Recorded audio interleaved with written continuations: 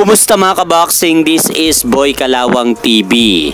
So matapos nga pong matalo nung araw ng Sabado sa bansang Kyrgyzstan si former 3 Division World Champion John Riel Casimero kay Japanese boxer Kyonosuke Kameda via 10 round unanimous decision, ay nagpaliwanag na po itong si Cuadro Alas kung bakit siya natalo dito kay Kyonosuke Kameda sa kanilang naganap na laban.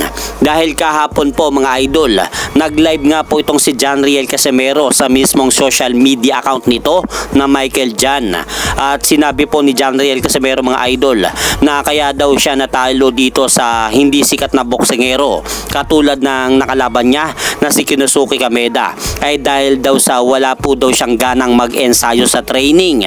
Dahil kung si Naoya Inoue po daw ang makakalaban niya, baka siguro po daw ay magporsige siyang mag-ensayo sa laban na yan. So kayo mga idol, anong sa palagay nyo sa naging panayam ni John Riel Casimero sa paliwanag nito kung bakit siya natalo sa kamay ng Japanese boxer na si Kyonosuke Kameda?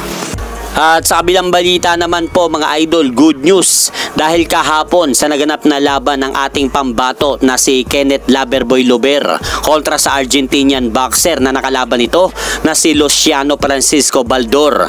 Tinapos lang po mga idol ni Kenneth Lober ang laban sa pamamagitan ng 4th round knockout sa bansang Kyrgyzstan, kung saan unang napalaban po dyan sa bansa na yan ang ating kababayan na si John Riel Casimero, pero natalo po si John Riel Casimero sa kamay ni Kyonosuke Kameda via decision.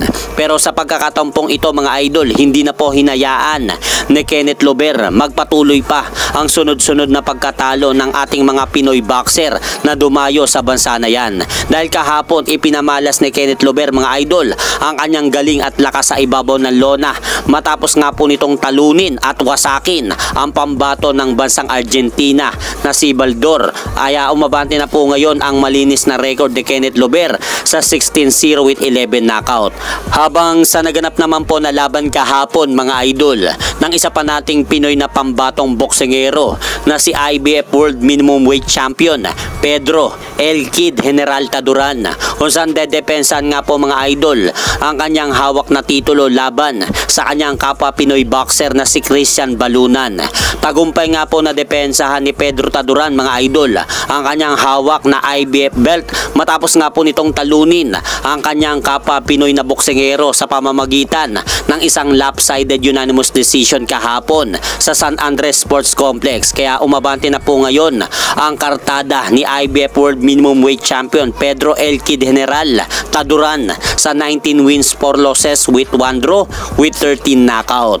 Habang bumagsak naman po ang kartada ni Christian Balunan sa 12 panalo at 1 talo. At binigyan nga po siya mga idol ni Pedro Taduran ng kanyang kauna-unahang talo sa kanyang buong professional boxing career. At hanggang dito na lang po muna ang aking update sa mga aganapan sa mundo ng boxing. At syempre mga idol, huwag nyo rin pong kalimutan pakisuportahan nyo naman po muna ang ating munting channel. Maraming salamat po.